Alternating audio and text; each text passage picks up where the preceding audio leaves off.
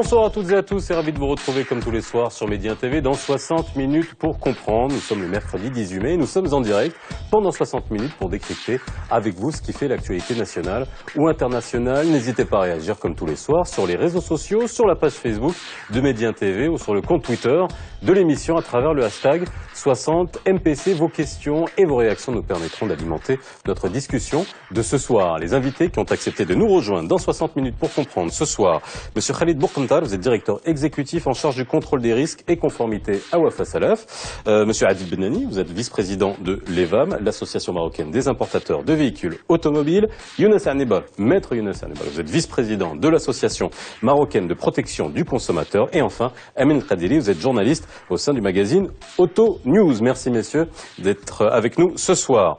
Nous construisons, nous fabriquons des voitures, ça vous le savez, mais surtout nous en importons pour le besoin de notre marché intérieur, un marché en progression depuis des années dont le dynamisme s'exprime par un événement régulier, le Salon Auto Expo de Casablanca jusqu'au 22 mai. Marques, concessionnaires, assureurs, banques, organismes de crédit déploient toutes leurs techniques marketing pour grossir ou renouveler le parc automobile marocain qui compte aujourd'hui près de 3,4 millions de véhicules. L'occasion pour nous de revenir sur cet événement qui a lieu tous les 12 ans, sur l'évolution du marché et des tendances de consommation, sur les marges de progression, sur l'impact de la fiscalité sur les ventes automobiles, mais également sur le niveau d'information et de protection des consommateurs face aux marques de véhicules et également aux mécanismes alléchants de financement automobile. Un véritable marché, c'est le titre de l'émission de ce soir.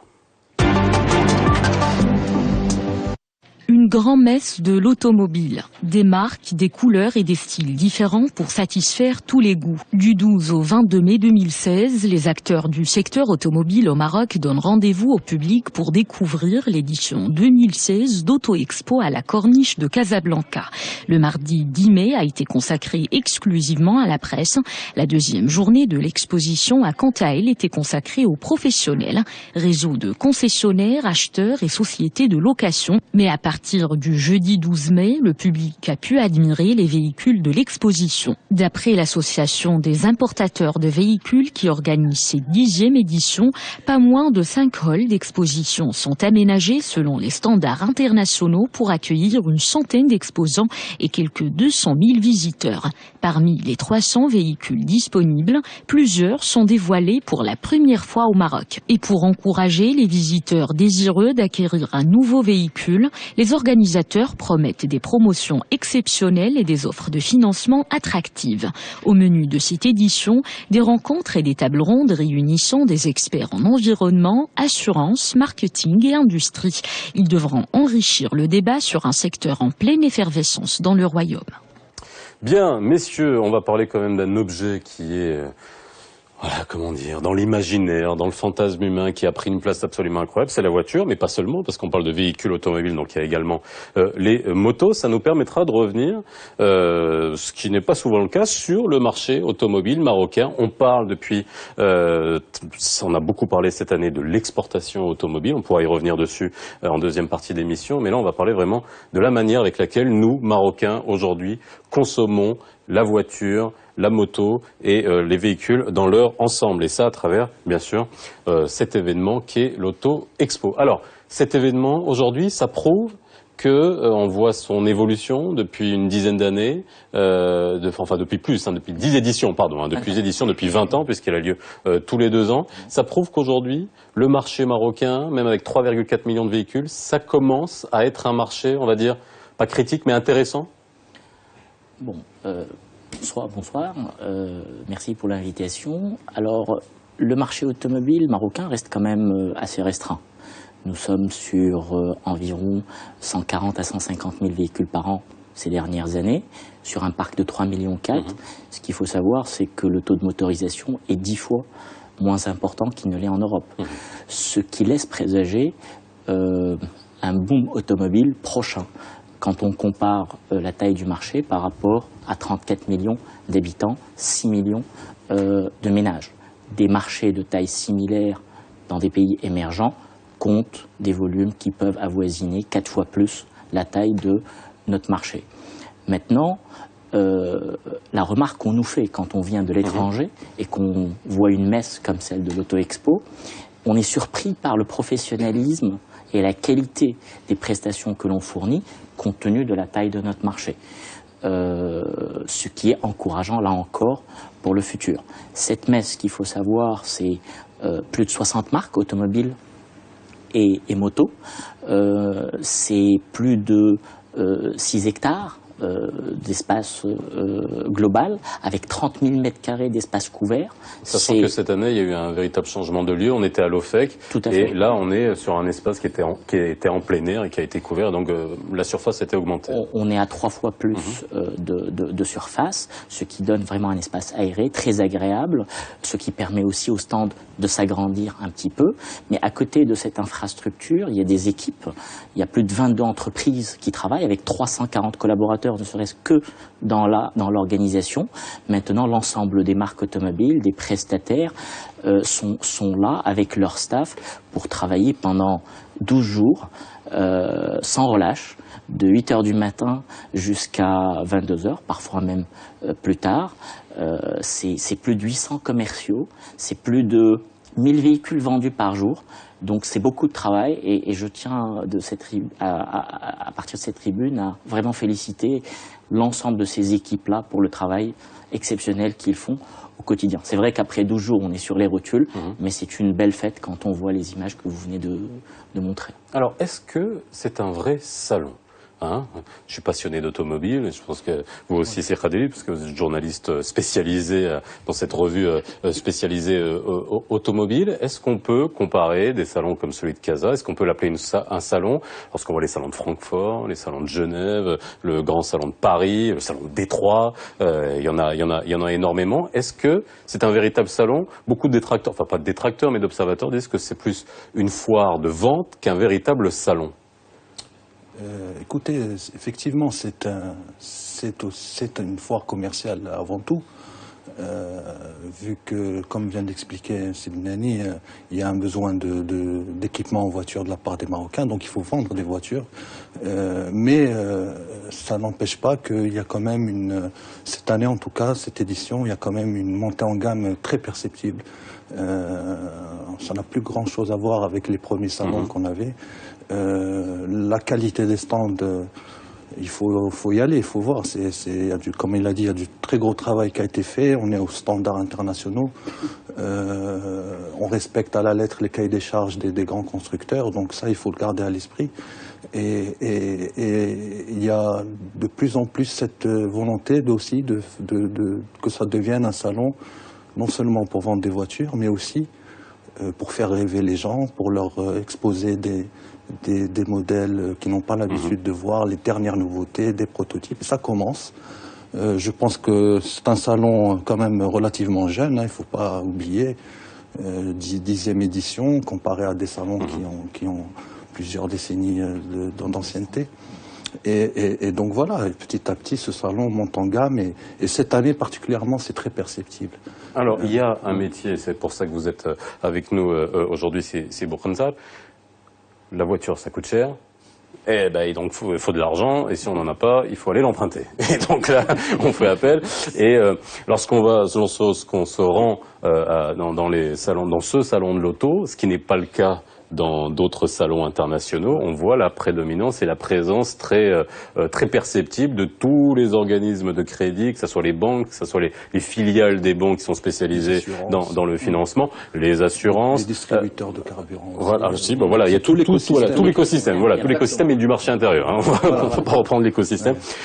C'est aussi, on peut plus dissocier aujourd'hui les sociétés de crédit des concessionnaires de la vente automobile. Exactement. Donc merci d'abord pour cette invitation.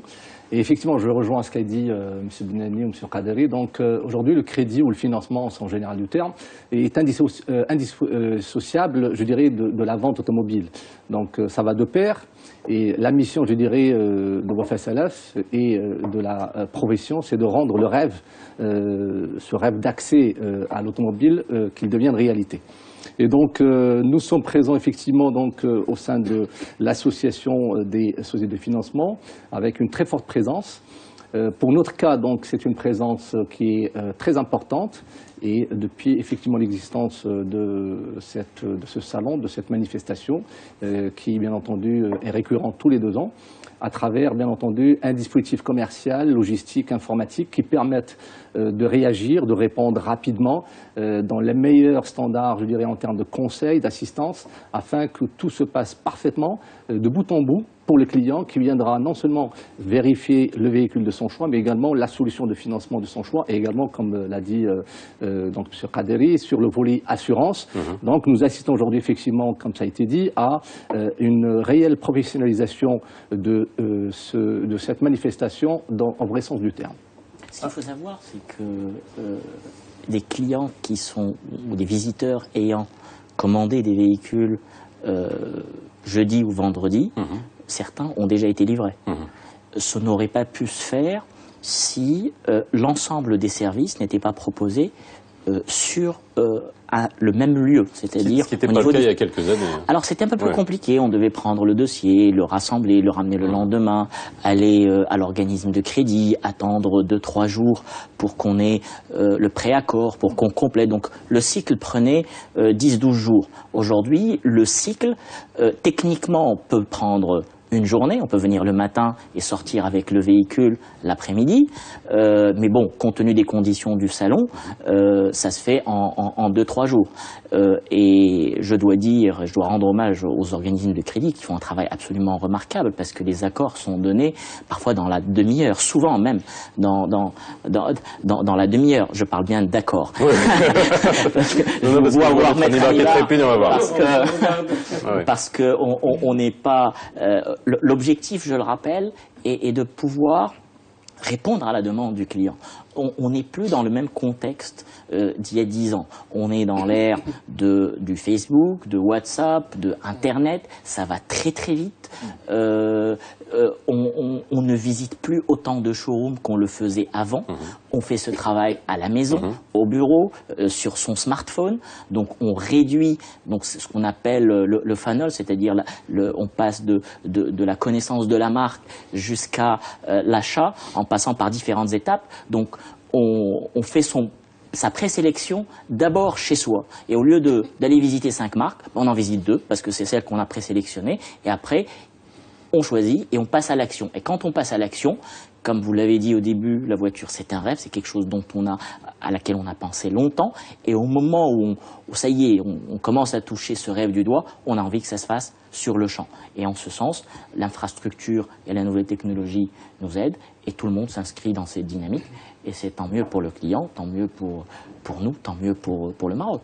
Alors, Maître Nibar, ça pose une question. Vous, en tant que vice-président de l'association de protection du consommateur, ces grands événements, sont l'objet de transactions, sont l'objet de mise en relation de consommateurs avec des concessionnaires, avec des organismes de crédit, avec des compagnies d'assurance. Tout ça se fait extrêmement rapidement, et donc ça doit s'inscrire aussi dans un cadre juridique d'une relation, et aussi de savoir se protéger en tant que consommateur. Tout à fait. Le salon n'aurait pas tombé dans une autre période aussi intéressante que celle-ci.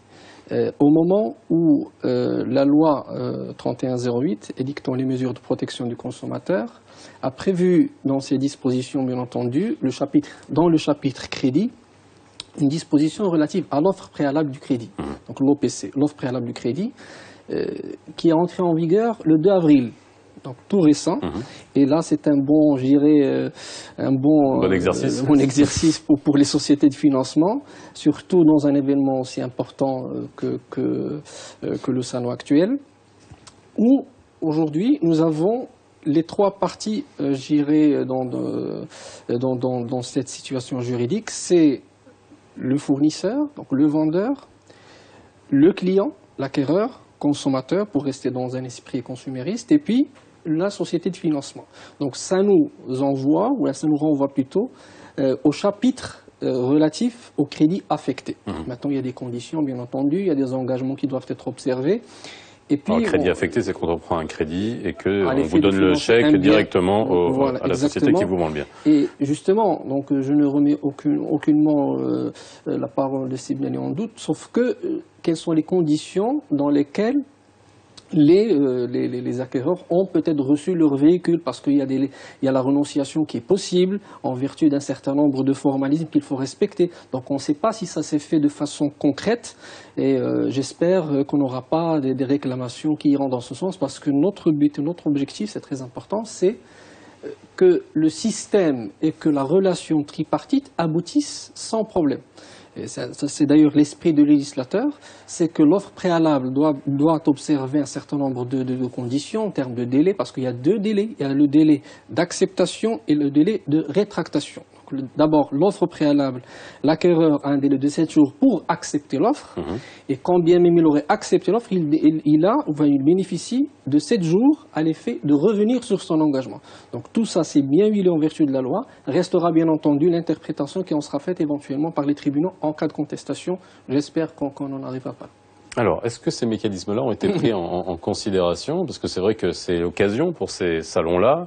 La protection du consommateur est naissante, mais bon, elle commence de plus en plus à prendre de l'ampleur. Est-ce qu'on prend en considération, on fait attention, que ce soit les organisateurs du salon, que ce soit les professionnels, pour justement qu'il n'y ait pas de dérapage? Parce que vous l'avez dit, tout ça, ça se fait très rapidement, on a des acceptations très rapidement, les gens n'ont qu'une seule envie, c'est de repartir avec leur voiture, mais à un moment, il faudrait peut-être faire aussi attention pour que ça se passe de la meilleure manière possible. Vous avez totalement raison, cette loi dont vient de tomber, elle chamboule un petit peu les mécanismes de fonctionnement actuels. On vient de tenir une réunion EVAM à PSF à ce sujet. Il y a eu un courrier de Banque Maghreb dans ce sens. Et nous avons sensibilisé donc les membres sur un certain nombre de prérequis pour sensibiliser leurs clients, pour éviter la vente forcée et bien entendu éviter demain qu'il y ait des réclamations de la part de clients. Maintenant, chacun de nos membres, donc distributeurs de marques automobiles, gère la chose en toute intelligence et avec l'éthique qu'il faut afin de préserver donc l'image de la marque qu'il représente et les intérêts, bien entendu, du consommateur. Personne ne veut se retrouver demain devant les tribunaux en train de rembourser des véhicules. Donc nous sensibilisons les clients. Je dois dire que ça doit se faire à des niveaux très divers, d'une entreprise à l'autre, même au sein de la même entreprise, d'un collaborateur à l'autre, parce que quand bien même vous avez des procédures, vous avez certaines personnes qui les respectent à la lettre, d'autres à 80% et d'autres à 10%. Donc c'est des choses que chacun de nous devons respecter et faire respecter au sein de nos entreprises. C'est bon, Kunta. Alors pour compléter par rapport à ce qui est dit par M. Hannibal et M. Benani, bon effectivement, donc ce qu'il faut rappeler, c'est que la loi 3108, donc en l'occurrence la loi de protection du consommateur, a été promulguée et mise en application depuis 2011. Donc nous sommes tout de même sur, je dirais, une profondeur de 5 années d'historique. Donc ce qu'il faut rappeler également, c'est que nous sommes aujourd'hui dans un contexte financier qui est très réglementé et très encadré. Et notamment à travers une très forte coordination qui se fait avec la Banque centrale et avec le ministère donc concerné en l'occurrence, le ministère du Commerce et de l'Industrie et du Numérique. Et donc à ce titre, ce qu'il faut savoir, c'est que ce n'est pas parce qu'il y a aujourd'hui un salon que tout ce dispositif et ce mécanisme de protection du consommateur a été mis en place, mais il date depuis plusieurs années. Par contre, il y a eu des compléments, je dirais, par rapport à cette loi de protection du consommateur qui ont été promulgués à travers des arrêtés ministériels depuis l'année dernière, fin du dernier trimestre de l'année 2015, et qui sont venus renforcer notamment tout le volet qui a été dicté auparavant, relatif à l'offre préalable de crédit, en distinguant bien entendu entre le crédit affecté et non affecté. Alors qu'est-ce qu'on entend par crédit affecté? C'est une somme d'argent d'un crédit qui est affecté à l'acquisition d'un bien, qu'il soit de la maison ou de l'acquisition d'une voiture. Et pour revenir donc sur ce qui a été dit... Par opposition au non affecté, qui est en fait une somme qu'on vous prête. Voilà, le client a le loisir, je dirais, d'utiliser donc à sa guise. Maintenant, pour revenir effectivement à ce dispositif, sachez qu'il est très bien contrôlé. À ce titre d'ailleurs, la Banque centrale a missionné des campagnes d'audit carrément sur les stands des sociétés de crédit crédit pour s'assurer que tout ce dispositif est bien respecté, et notamment sur la réglementation concernant cette LPC. Alors ce que je devrais rajouter également, c'est que en matière de respect du droit donc dans ce cadre réglementaire par rapport aux clients, c'est que le législateur donne le droit aux clients, notamment lorsqu'il s'agit du crédit affecté, de pouvoir se rétracter, c'est-à-dire de se désister.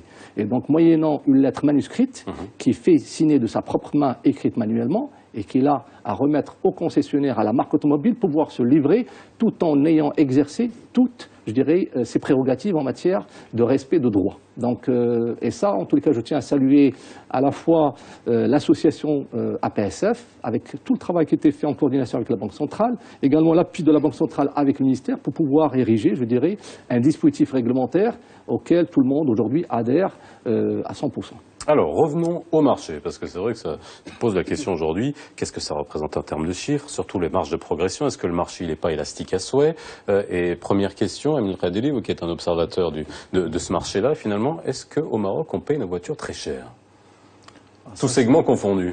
Après, je poserai la question aux importateurs de véhicules. Écoutez, en tout cas, ce qui est sûr, c'est qu'il y a eu une démocratisation de l'automobile depuis quelques années. Je pense que le low cost a joué un rôle quand même, donc il faut savoir que c'est à peu près un tiers du marché.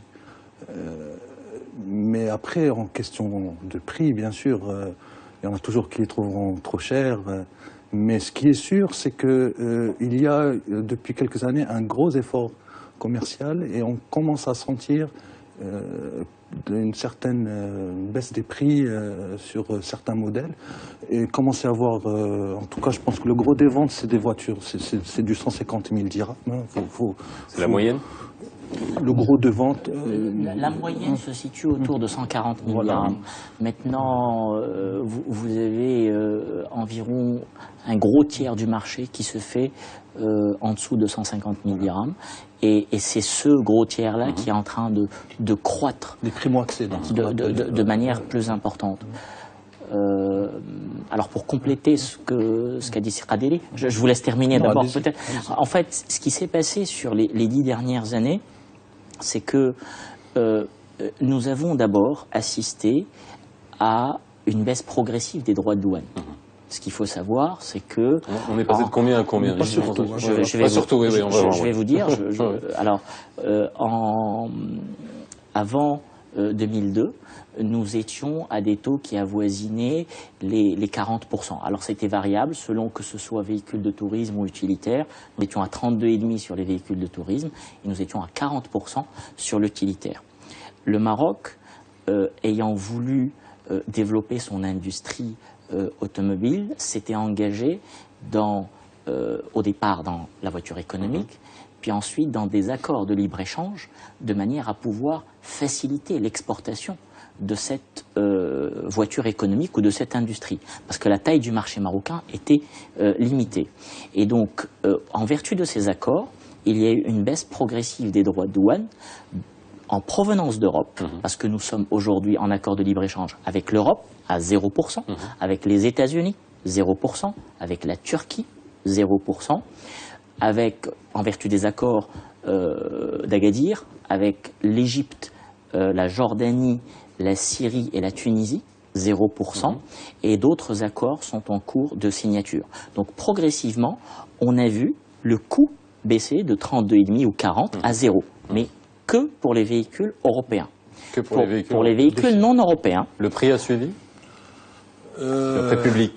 Difficilement au début, mais ça a suivi. Donc les marges ont augmenté. Forcément, vous savez, le secteur automobile, c'est un des secteurs où la concurrence joue vraiment à plein. C'est-à-dire, il y a beaucoup de secteurs où c'est pas le cas, en dépit du fait que ce soit des secteurs libéralisés. Le secteur automobile, il y a une vraie concurrence, il y a beaucoup de sociétés importatrices, il y a beaucoup de marques, ils n'ont pas le choix, ils sont obligés à un moment donné de pratiquer des prix concurrentiels, de se positionner par rapport à la concurrence, etc.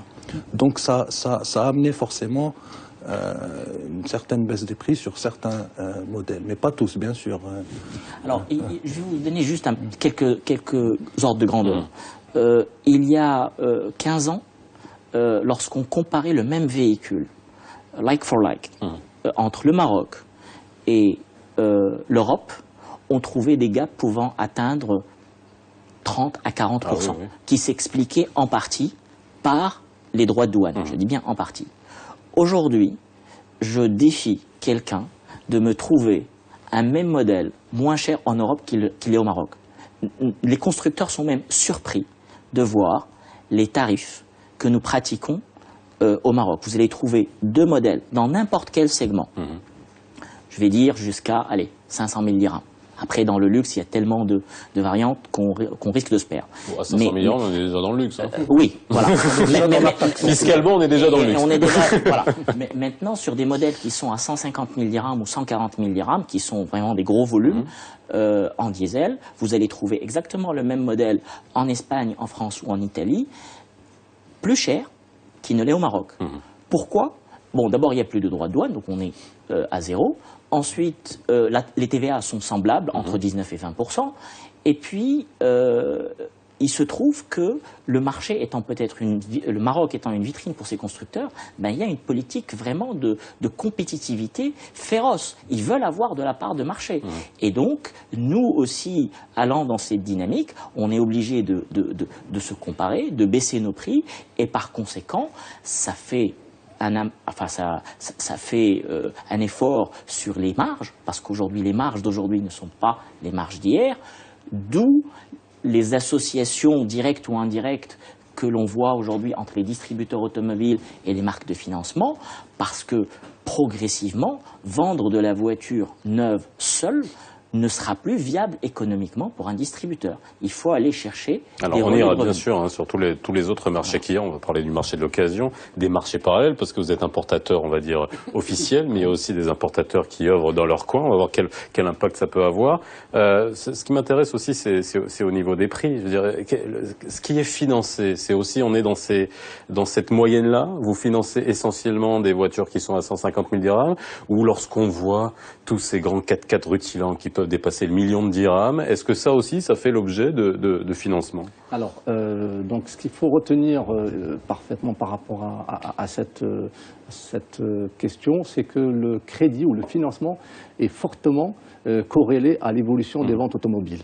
Et donc, il y a une réelle, je dirais, connexion entre les deux marchés, que ce soit celui de l'automobile par rapport à celui du financement. C'est ce que ça représente, la part de l'automobile dans les crédits à la consommation globaux? Alors, il y a, Mais je dirais même que sans le crédit, jamais le marché n'aurait évolué comme il a évolué. Exactement. Et donc, je complète par rapport à ce que dit M. Benali. Donc, aujourd'hui, le taux de pénétration total, c'est-à-dire des dossiers de crédit affectés à l'acquisition d'une voiture, représente aujourd'hui 46%. 46%. Voilà, donc nous sommes... Des crédits à la consommation. Des crédits à la consommation. On enlève le crédit bien, immobilier. Alors, hors crédit immobilier, hors immobilier. financement bancaire, Oui. puisque le financement bancaire, c'est une somme d'argent qui est donnée au client à charge pour lui d'aller régler le concessionnaire. Par contre, là, c'est des financements qui sont faits entre les mains des marques automobiles, distributeurs, importateurs. C'est Et énorme. donc, pour votre question par rapport au capital moyen, il est de 110 000 dirhams. Donc, on est, bien j'imagine, entendu, il y a des avec un écarts-types, apport moyen de 20 à 25% La qui est différence donné en- par le client. Mais Voilà, donc, on est d'avance. plutôt sur, je dirais, le financement des véhicules moyens de gamme,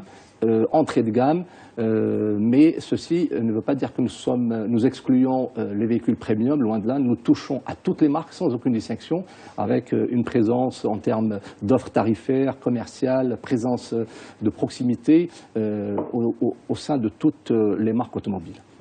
Maintenant, ces 4x4 rutilants et tout Oui. ce qu'on appelle le premium, Le premium. bon, peut-être qu'on les remarque plus, mais quantitativement, c'est pas du tout la masse. On est sur le marché du premium. Parce que je regarde, je vous donne un chiffre quand même, en termes de croissance. On ne parle pas en valeur absolue, mais bon, en valeur relative, croissance de près de 22,5%, et la croissance est largement supérieure à celle du marché dans sa globalité, même si on reste bien sûr sur une valeur absolue qui des est... chiffres des hausses à 3 chiffres. Ouais. Hein. C'est phénoménal. Bon, il y a un effet Mais de bon, base, quand bien on a des sûr. voitures à 1 million de dirhams, si on en vend 4 au lieu d'en vendre 2, on est sur 200% Voilà, d'augmentation. Ouais. Mais maintenant, il est vrai que quand on voit le marché du premium, on est à environ 8% du marché. Maintenant, si on doit le peser... On a 8% du marché, quand même. En valeur, on est quasiment un peu plus du double. Donc on est à quasiment 21-22%. Alors on reviendra parce que moi, je posais la question aujourd'hui du financement. C'est vrai que c'est intéressant de savoir comment on finance ces voitures-là, et notamment sur l'impact de la taxe de luxe qui a été rentrée en vigueur. On fait une petite pause, on revient juste après. On parle automobile ce soir dans 60 minutes pour comprendre à l'occasion du salon Auto Expo qui dure jusqu'au 22. C'est bien ça ? 22 mai. Voilà. Alors, je vous posais la question par rapport à ces voitures de luxe qui sont quand même visibles. Parce on se pose quand même la question. Alors, c'est vrai que est-ce que c'est un effet de nombre vis-à-vis du parc automobile? On a l'impression qu'il y en a partout, tous ces gros 4x4. On a l'impression que c'est devenu je peux citer la marque, avant c'était les Uno qui étaient les plus présents dans la rue. Maintenant, on voit énormément de voitures de luxe en W, et c'est vrai qu'on peut se poser la question aujourd'hui, comment sont financés ces véhicules, et surtout l'impact qu'a eu cette mesure fiscale et l'efficacité de cette mesure pour les finances publiques, mais l'impact qu'elles ont eu sur les importateurs de véhicules. Déjà sur le financement, est-ce que ces véhicules qui sont au-delà, qu'est-ce que vous appelez vraiment premium lorsqu'on passe vraiment dans le luxe, c'est au-dessus de 500 000 ? Je ne parle pas fiscalement, mais vous, je veux dire, au-dessus de 500 000 ? Oui, alors c'est au-dessus de 500 000. Au-dessus de 500 000. 500 000. Ouais. En fait, Pour l'État, c'est 400 000. Oui, pour l'État, c'est 400 000. Voilà. Donc effectivement, par rapport au financement, ce qu'il faut savoir, c'est que le marché aujourd'hui dispose, je dirais, d'une palette de formules de financement. Donc nous avons les produits standards qui sont le plus divulgués. Donc c'est le crédit amortissable, la vente à crédit automobile, puis aujourd'hui la location avec option d'achat. Et entre ces deux formules, on peut dire qu'on est sur une certaine parité 50-50, en tout cas sur les derniers chiffres de l'année dernière. Alors, l'attrait de ces formules, c'est que ce sont des formules qui sont faciles, compréhensibles par le consommateur. Également, l'avantage que nous pouvons apporter, en tout cas nous en tant qu'opérateur de financement de la place, c'est que nous pouvons négocier avec les marques, des montages financiers qui permettent d'avoir un coût global in fine pour le client qui soit assez, je dirais, tolérable compte tenu de son budget qu'il va affecter mensuellement au paiement de cette échéance. Et donc voilà, peut-être que M. Benani pourrait en parler un peu plus sur également les montages financiers qui sont faits avec les marques automobiles. Vous ne répondez pas à ma question. C'est laquelle Les gros montants, les grosses bagnoles, les gros montants. Alors, faut tempérer. C'est pas parce qu'il y a une bagnole à 1 million de dirhams dans les rues que nécessairement c'est un véhicule acheté. Et M. Boukantar peut-être confirmera ça. Il faut aller chercher aussi dans le financement, est-ce que ces véhicules sont payés jusqu'au bout du crédit? Parce que très souvent, les tribunaux sont engorgés de ce genre de dossiers où des véhicules ou des personnes n'arrivent plus à financer pour des raisons peut-être économiques ou bien sociales. Donc parfois, il y a des véhicules qui ne sont pas payés en totalité, qui font l'objet de récupération, qui font l'objet de vente éventuellement, qui font l'objet même de dossiers contentieux, et pour récupérer le véhicule, et bien entendu pour condamner celui qui l'aura acheté au début, pour se faire condamner à payer, bien entendu, le montant du crédit. Donc uniquement pour tempérer, ça ne veut pas dire que le phénomène n'existe pas, mais juste qu'il faut s'assurer que ce véhicule a été payé jusqu'à la fin du crédit. Bon, maintenant, c'est bon, on peut peut-être en parler mieux que moi. Dans le crédit, et quel que soit le secteur, il y a un taux de risque. Et ce taux de risque, je ne pense pas qu'il soit beaucoup plus important dans le premium qu'il ne l'est dans l'économique ou dans l'entrée de gamme.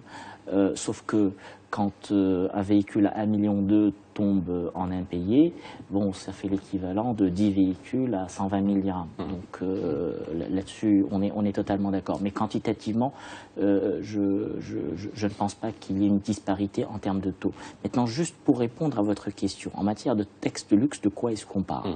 Il y a 2 ans, si ma mémoire est bonne, il y a une loi qui est sortie pour 2014, de dire à partir de 400 000 dirhams hors taxe, 400 000 hors taxe ou 400 000 TTC? hors taxe. 400 000 hors taxe. Hors taxe, on commence à payer une taxe de luxe. 480 000 TTC. C'est 480 000 TTC. Donc, on fonctionne par tranche.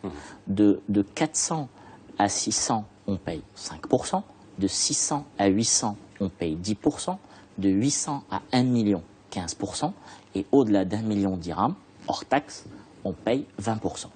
Ce qui s'est passé après que cette mesure ait vu le jour, c'est que nos autres distributeurs, puisque le gros du volume se fait dans des véhicules qui en TTC sont entre 450 et 600 000, nous avons réorganisé nos gammes pour qu'on soit, dans la mesure du possible, en dessous des tranches. Donc quand vous effleurez une tranche et qu'il faut juste que vous baissiez le prix d'1% ou 2% pour éviter aux clients de payer 10% de taxes, vous le faites. Merci de votre sincérité, mais ça ne va pas faire plaisir. Maintenant, ce qui s'est passé, c'est qu'il y a eu aussi un ajustement au niveau du client. Le client, voyant que son achat va se renchérir de 10%, sur le segment de 5%, il n'y a pas de gros soucis. Mais là où il y a eu recadrage, c'est quand ça passe à 10 ou 15%. Donc on est un petit peu descendu en gamme pour payer un peu moins de taxes. Quand c'est au-delà du million... Quelqu'un qui est capable de payer un véhicule à 1 million de dirhams, il peut quand même payer des impôts. Mais il le paye et puis il n'y a pas de problème. Il n'y a absolument aucun souci. Maintenant, ça rapporte un petit peu de sous à l'État, c'est très bien. Voilà. Bon, mais il n'y a pas eu d'impact sur le marché tel qu'au moment de la mise en... Quantitativement, globalement, non. Maintenant, entre sous-segments du premium, un peu, c'est tout. Mais ça n'empêchera pas quelqu'un qui veut circuler dans une marque premium de faire ce qu'il faut pour circuler dans une marque premium.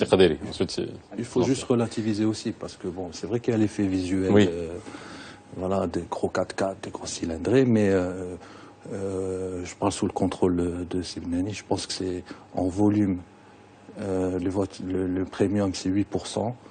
Et c'est ça, et en valeur, on est autour de un peu plus, un peu plus de 20%. Sur d'autres marchés, est-ce que vous avez une idée de ce que ça représente le segment vraiment haut de gamme par rapport C'est directement corrélé au pouvoir d'achat. Oui, non, on est d'accord, mais bon. Mais ce qu'il faut savoir, c'est que dans des marchés qui font 1,5 million, 2 millions de véhicules par an, comparé au nôtre qui fait 150 000, quand on a 8% de premium, ça fait quelques centaines de milliers.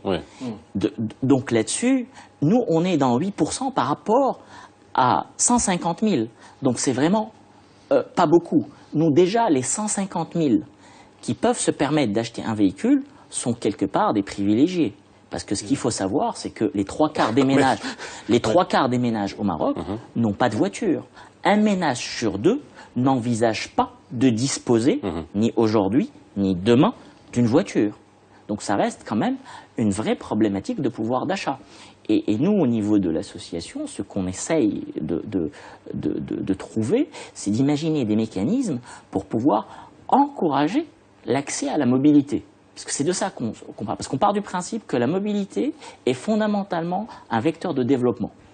Est-ce qu'on a une idée, quelle est la marge de progression? Parce qu'on a parlé du marché actuel, on a vu la croissance, la démocratisation, la baisse des prix, mais il y a un moment, on va buter à un marché critique. Il y a les primo-accédants, mais il y a aussi le renouvellement du parc. Donc aujourd'hui, la marge de progression, même au niveau des crédits, j'imagine que ça vous tablez, vous avez des perspectives. Est-ce qu'on sait aujourd'hui jusqu'où on peut aller? On ne sait pas, mais on a quand même des faisceaux d'indices qui laisse croire que le marché a encore de très belles années devant lui. Je dirais le premier, c'est que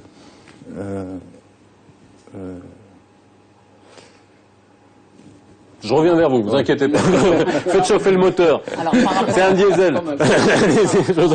Allez-y. À votre question, donc effectivement, les marges de progression, il faut savoir que sur le chiffre, par exemple, des ventes à crédit rapportées, par exemple, aux ventes automobiles de l'année dernière, le marché du financement automobile a le taux de croissance le plus élevé. En tous les cas, comparé aux autres secteurs de financement, tels que le prêt non affecté ou l'équipement de la maison. Donc, je donne un chiffre. Lorsque le marché global du financement fait une croissance de plus 5%, celui de l'automobile fait plus 8%. Donc ça démontre, en tous les cas, je dirais, la vigueur qu'il y a dans ce marché de l'automobile et également le levier du financement qui permet, en fin de compte, à ce marché automobile de croître grâce aux formules de financement. Donc pour nous, en tous les cas, c'est un marché dans lequel on y croit. nous bâtissons une stratégie à moyen et long terme depuis tout le temps, en associant bien entendu une démarche à la fois basée sur notre propre je dirais, sur nos propres moyens, mais également en s'adossant à des marques automobiles afin de mieux, je dirais, sauvegarder, pérenniser notre fonds de commerce. Alors, Maître Hannibal, je reviens sur l'association de protection des consommateurs, parce que tout à l'heure on a parlé du crédit, mais là, directement avec les concessionnaires, parce qu'on est quand même sur l'achat d'un bien qui coûte de l'argent, on n'achète pas ça comme des patates quand même, c'est-à-dire il y a les questions de garantie, les questions de services après-vente, qui sont devenues aujourd'hui pour les concessionnaires et enfin surtout les concessionnaires, une source de revenus non négligeable, les pièces détachées, les réparations, l'entretien, etc. Ça, est-ce que c'est quelque chose qui fait l'objet de beaucoup de plaintes au niveau de l'association de protection des consommateurs, ou c'est aujourd'hui quelque chose qui se passe plutôt bien, la relation automobiliste-concessionnaire? Beaucoup de plaintes, non. Il y a d'autres secteurs dans lesquels où les réclamations sont plus importantes, mais nous en recevons quand même quelques-unes dans des relations effectivement directes avec le concessionnaire, notamment en ce qui concerne la garantie. Maintenant, on sait qu'à travers les dispositions de la loi, aujourd'hui, la garantie elle est passée de 1 an à 2 ans. La confusion qui s'installe entre la garantie conventionnelle et la garantie légale. Donc, il y a une garantie conventionnelle. Quand est-ce qu'on la met en jeu? Donc, il y a des problèmes. Elle prend le pas sur tout ce qu'on voit dans la communication? C'est-à-dire que des fois, il y a garantie 1 an ou garantie 2 ans, ou maintenant, il y a même garantie 5 ans. Il y a même des modèles asiatiques qui sont garantis. Oui, la garantie conventionnelle, donc on se réfère aux dispositions du contrat de vente, qui régit, bien entendu, les rapports entre les deux co-contractants. Et la garantie légale, donc elle est passée de 30 jours, parce que c'est un bien meuble, donc c'est un véhicule, elle est passée de 30 jours dans le DOC à 1 an. Donc dans la loi édictant les mesures de protection du consommateur. Donc c'est la mise en jeu de la garantie et parfois même l'interprétation. Très souvent, d'ailleurs, il y a les cas qui sont très souvent soulevés concernent la mise en jeu de la garantie, si oui ou non on la met en jeu lorsque un acquéreur ne fait pas la vidange chez le concessionnaire. Donc c'est un sujet malheureusement qui n'a pas encore fait l'objet d'une décision au niveau de la Cour de cassation pour qu'on obtienne une jurisprudence qui va mettre un terme à cette confusion. C'est un abus, donc de notre part on considère que c'est un abus, donc c'est une vente, et puis vous disposez de votre bien, et on ne peut pas s'affranchir de la responsabilité uniquement par le fait qu'on ait choisi de faire une vidange chez X ou Y garagiste ou bien même professionnel en cas de besoin. Donc voilà le genre de problème auquel sont confrontés les consommateurs. Ça représente quoi pas dans le chiffre d'affaires, mais dans le pourcentage? C'est de l'argent quand même, j'imagine. Aujourd'hui, beaucoup de concessionnaires se sont équipés de véritables garages, ils font des réparations, d'entretien. Des fois, ils font même des réparations d'autres modèles au sein des concessionnaires. C'est aujourd'hui dans le business model des concessionnaires, ça a changé? Il fallait aller chercher la marge ailleurs, celle qu'on a perdue par ailleurs? Enfin, si vous en avez perdu. Alors, oui, ça devient une composante fondamentale. Juste avant que je ne parle de cet aspect-là, je voulais revenir sur la question fondamentale qui était où allait le marché et quelle était la taille critique. Je pense que c'est une question centrale. Nous estimons que, alors, les études faites à l'international établissent une corrélation directe entre la taille du marché automobile et le GDP per capita, c'est-à-dire le PNB par tête d'habitant. Et lorsque on arrive à un niveau autour de 9 000 à 10 000 $ par habitant, je rappelle que le Maroc est autour d'un peu moins de 6 000, lorsqu'on arrive à 10 000, on remarque une vraie impulsion au niveau de la demande automobile. Nous devrions assister entre 2020 et 2025 à une vraie croissance du marché automobile. Il est vrai que cette année est une année assez exceptionnelle. Nous sommes sur 17% de croissance dans une année salon. De janvier à avril, on a fait 17% de croissance. C'est du quasi jamais vu. Le salon va, je pense, confirmer cette croissance. Pourquoi cette croissance? Pour 2 raisons. D'abord, un nombre de primo-accédants plus important, donc des gens qui accèdent à la voiture une première fois, il y en a quantitativement plus. Pourquoi? Parce que cette même tranche d'âge, il y a 10 ans, avait moins de moyens. On a plus de diplômés, on a plus de jeunes actifs, on a plus de jeunes couples, donc double revenu, qui accèdent à la voiture. Donc les primo-accédants en pourcentage sont plus important. Il y a des études aussi à l'international, notamment au on a sa Japon. voiture neuve de plus en plus jeune ou pas? Parce que Oui. moi, je me rappelle, j'ai eu 3 voitures d'occasion qui tombaient tout le temps à panne avant que j'ai ma Oui. première Oui. voiture neuve. L'affirmation sociale. Oui, non, mais c'est vrai. Oui, mais on achète aussi de plus en plus sa voiture parce qu'on a besoin de mobilité et pas juste pour de l'affirmation sociale. Des études, je disais, qui ont été faites au Japon démontrent aussi qu'il y a une corrélation directe entre la croissance du marché et le taux de primo-accédants dans les ventes globales. Lorsqu'on atteint un certain seuil de primo-accédants, on démarre un seuil de forte croissance. On est sur cette tendance. Donc entre 2020 et 2025, je pense que autour de 2022-2023, on devrait dépasser la barre des 300 000. Le marché devrait doubler dans les 6 à 7 prochaines années, ce qui est assez important. Il y a aussi le deuxième facteur qui pousse cette tendance, qui est le renouvellement. On a assisté à une certaine baisse des ventes après la crise de 2008-2009 et on a remarqué un rallongement dans le délai de renouvellement.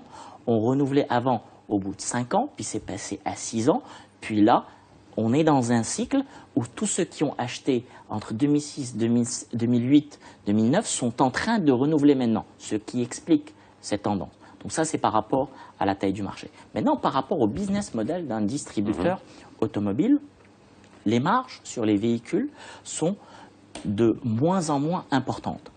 Mais n'empêche que la rentabilité... Combien? Bah, je vous pose la question. Bip. Ah bon, bip, d'accord, ok. En fait, ce qu'il faut savoir, c'est Ouais. que en général, les Et marges... quoi, c'est 10, 20, 30, fois 2, fois 3 Non, les bon, marges brutes se situent, on va dire, autour de 13 à 14 points. Maintenant, c'est des marges brutes moyennes. Elles varient d'un modèle à l'autre. Comment on fait pour avoir des promos des fois aussi énormes? Eh ben, parce que parfois, vous avez l'apport du constructeur. Qui joue le jeu de l'autre côté. Mais bien entendu. D'accord.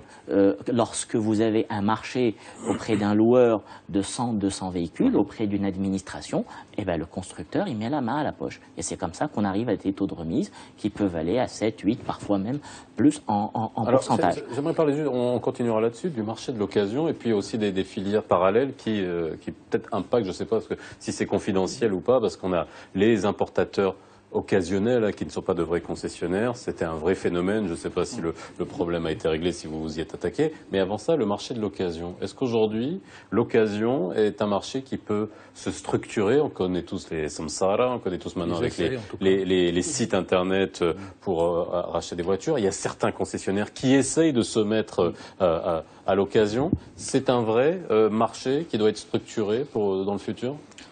Je voulais juste revenir, parce que la mémoire me revient. Oui, d'accord. Le moteur a chauffé. Voilà. Pour rebondir sur ce que vient de dire M. Benani, il faut savoir que le parc automobile au Maroc est quand même assez âgé. Je pense qu'on a une moyenne d'âge de 15 ans ou 14 ans, et puis sur le VP un peu moins. Rien que les taxis blancs font grimper la moyenne. Déjà, oui, déjà. Donc déjà, il y aura un turnover, donc forcément, et ça va alimenter les ventes. La question de la mobilité aussi est très importante. Il faut comprendre qu'aujourd'hui au Maroc, malgré les efforts qui sont faits, je parle en termes de transport pour aller travailler, pour voyager, etc., la voiture, ça reste quand même le moyen le plus efficace et le moins cher, etc. Donc ça, c'est très important. Tant qu'il n'y aura pas, un réseau de transport vraiment développé, etc., la voiture gardera sa place très importante. Et les Marocains aiment les voitures. On le constate, nous, les Marocains sont passionnés de voitures, ils s'y connaissent bien, ils vous parlent cylindrée, ils vous parlent moteur, ils vous parlent transmission, ils s'y connaissent, ils adorent la voiture. Et donc il y a une passion marocaine pour la voiture qui est réelle, il y a cette notion de rêve, etc. Et aussi, je voulais, le maître avait tout à fait raison, parler du marqueur social. C'est un élément important aussi, en tout cas dans l'acte consommé du Marocain quand il vient acheter une voiture. C'est partout dans le monde, mais c'est plus marqué. Oui, il faut savoir que chez nous, par exemple, en ce moment, une voiture sur 5 qui se vend est un SUV. Alors pour une famille SUV, cher, pas cher, il y en a pour tous les goûts. Tous les constructeurs ont une offre SUV maintenant. Pour une famille marocaine, classe moyenne, qui accède un petit peu à la société de consommation, avoir un SUV, ça veut dire quelque chose. Avoir une voiture, ça veut dire quelque chose. Dites-moi quelle voiture vous conduisez. Je vous dirai qui vous êtes. Voilà, il y a ce. Ouais. On n'est pas à la Suède encore. Peut-être qu'ils sont passés. Et je parle plus à personne. Donc alors, voilà. Oui, alors juste pour parler du marché de l'occasion, c'est vrai qu'aussi là les sociétés de financement ont fait appel à vous aussi pour les voitures d'occasion. Mais est-ce que ça passe notamment par des crédits affectés ou pas? Est-ce que vous avez affaire à des... On voit éclore aussi des garages structurés, clean, propres, et qui proposent même des garanties. Et il y a tout un marché qui est parallèle, invisible. Est-ce que vous avez une manière de pouvoir chiffrer ce marché-là? Est-ce qu'on le connaît? Effectivement, donc pour revenir sur les chiffres qui ont été donnés tout à l'heure, donc nous sommes, lorsqu'on prend le marché du neuf automobile, c'est un marché qui était l'année dernière de 132 000 unités vendues.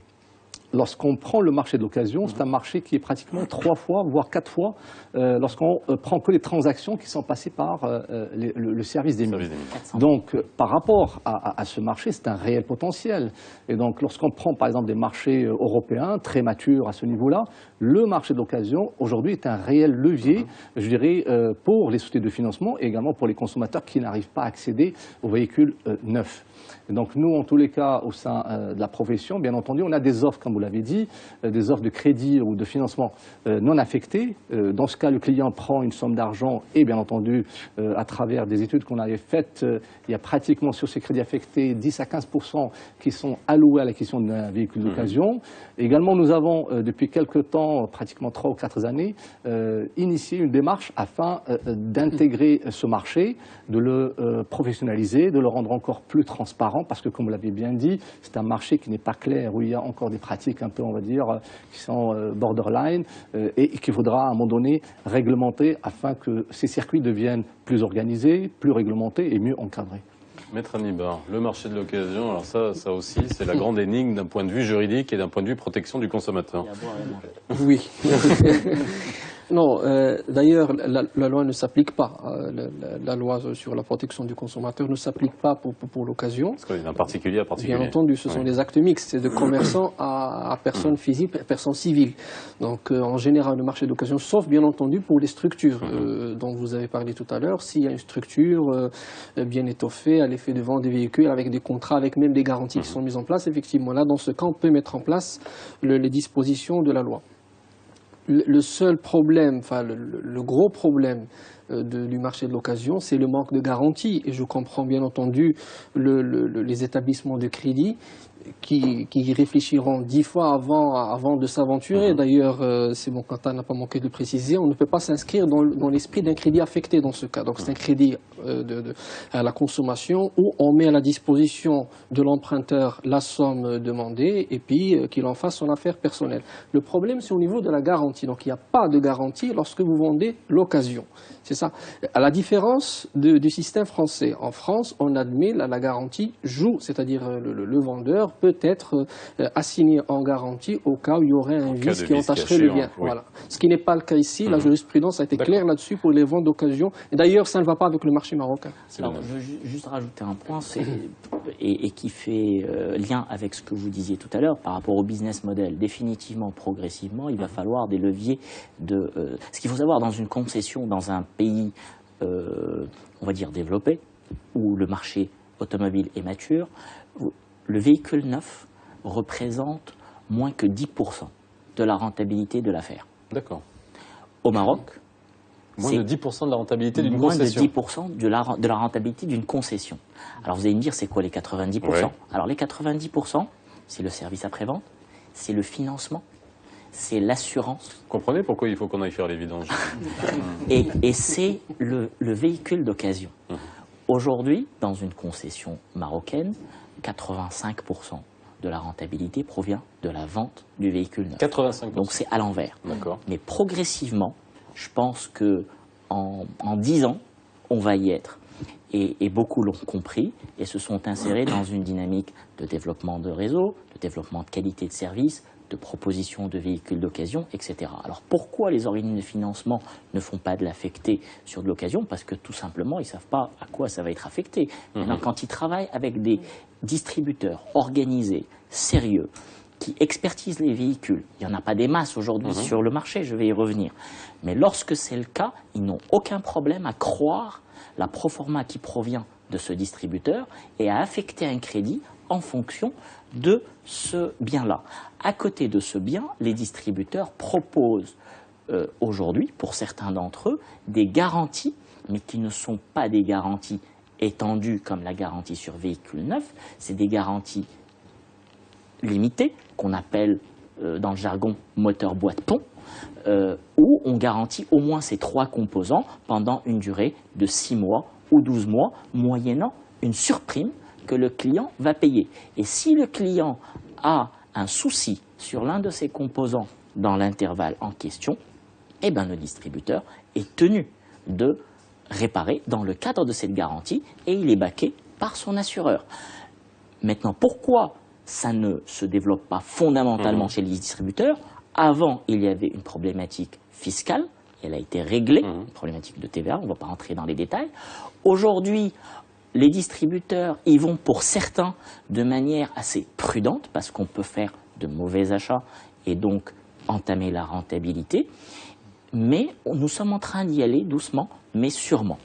Et ça deviendra un levier fondamental de la profitabilité de l'affaire. Alors, revenons aux voitures neuves et notre niveau de connexion à l'international. Vous avez entendu tout ce scandale de Volkswagen avec les normes anti-pollution, les rappels de constructeurs qui peuvent avoir lieu à l'international. Est-ce que aujourd'hui, d'un point de vue même juridique, d'un point de vue fonctionnel, les concessionnaires marocains sont concernés par toutes ces dispositions de rappel lorsqu'il y a un problème? Je me rappelle d'il y a quelques années des choses qui n'étaient pas nécessairement dites. Il y avait les problèmes de vannes EGR sur certains moteurs. C'est cette vanne qui permet justement de respecter une certaine norme anti-pollution, mais qui, au vu de la qualité de carburant que l'on avait à l'époque, eh ben, encrassait les moteurs, s'encrassaient, etc. Bon, on n'en parlait pas beaucoup. Hein. Il fallait être connaisseur pour aller chez les concessionnaires et pour qu'ils vous l'enlèvent en catimini. Là, aujourd'hui, est-ce qu'il y a des dispositions claires, juridiques, qui obligent les concessionnaires à être transparents, à montrer aujourd'hui que voilà, il y a un problème sur tel pièce, ça arrive très souvent à l'international, qu'il y ait des petits problèmes sur des pièces et que les concessionnaires doivent rappeler ou faire des modifications? Alors, ça n'existe pas de marque automobile qui ne fasse pas de rappel sur tel ou tel modèle. C'est des choses qui sont courantes, qui arrivent. Ce qu'il faut savoir, c'est qu'un véhicule... Mais quand on voit la nouvelle, on a l'impression que c'est en haut et que ça n'arrive pas chez nous. Je sais pas, enfin, c'est peut-être une perception. Mais... Alors, ce qu'il faut savoir, et toutes les marques automobiles, tous les constructeurs agissent de la même manière. Ils ne peuvent pas se permettre de faire autrement de par les risques qui y sont afférents. Lorsqu'il y a le moindre souci nécessitant rappel. Alors, nécessitant rappel, ça veut dire qu'on a observé, selon une certaine fréquence, un même problème dans un certain nombre de territoires, dans certaines conditions d'utilisation. Donc, il y a toute une série de conditions qui disent, tiens, maintenant, c'est rappel. Quand il y a rappel, automatiquement, l'ensemble des châssis qui sont concernés par ce rappel ou par ce, entre guillemets, défaut, sont identifiés, répartis par distributeurs, parce que les exportations sont bien tracées par les constructeurs, et nous autres distributeurs, on va un jour recevoir une information claire qui dit, messieurs, un rappel sera annoncé dans 48 heures concernant telle problématique, sur tel modèle, vous êtes concerné par cette liste de châssis, voici le mode opératoire pour régler le problème. Alors, qui est en face d'un point de vue juridique si on a un souci de ce genre? Est-ce que c'est le constructeur? Il y a une notion de territorialité juridique, mais qui est responsable? Est-ce qu'un concessionnaire peut pas vous dire non, écoutez, moi j'achète la voiture, on me la livre, c'est allez vous plaindre à l'international. Product liability. Non, le contrat que vous avez, il est avec le concessionnaire local, donc une société de droit marocain. Donc c'est avec le concessionnaire qu'il va falloir régler le problème. Quitte à, s'il y a bien entendu matière à faire, à signer ou porter la responsabilité responsabilité au concessionnaire à l'étranger à travers l'action récursoire. D'abord, on répond à l'obligation qui pèse en vertu du contrat pour, bien entendu, satisfaire le client. Et puis, en cas de besoin, on règle le problème avec le concessionnaire. C'est pour rester d'abord dans une logique contractuelle et puis une logique, je dirais, économique, voire même consumériste, entre guillemets. C'est pour répondre d'abord aux problèmes urgents. Maintenant, je n'ai pas eu connaissance, en tout cas de mémoire, d'un cas où il y a eu des rappels au Maroc. C'est comme si Il y en a eu. Alors justement, non, mais on va poser la question. Non. Maintenant, bon, bien sûr qu'il y en a eu. Ils sont pas médiatisés, mais ils sont. Mais Oui. bien sûr que c'est la dernière chose que l'on médiatise. Maintenant, automatiquement, bon, ça dépend après des distributeurs, mais je sais de par mes interactions avec tous mes confrères dans l'association que ça se fait dans les règles de l'art. Lorsqu'il y a aujourd'hui une liste de châssis concernés par un rappel, l'ensemble de ces clients sont contactés pour leur dire « venez faire telle chose sur votre véhicule ». Maintenant, le problème qui se pose... Le problème qui se pose, c'est que je vais devoir vous couper et vous demander de descendre de la voiture parce que nous sommes en direct et le temps est écoulé. On est arrivé au bout de la route. Merci messieurs de nous avoir éclaircis sur ce sujet extrêmement intéressant. Excellente soirée sur Média TV, la rediffusion à 22h40 comme tous les soirs et je vous dis à demain.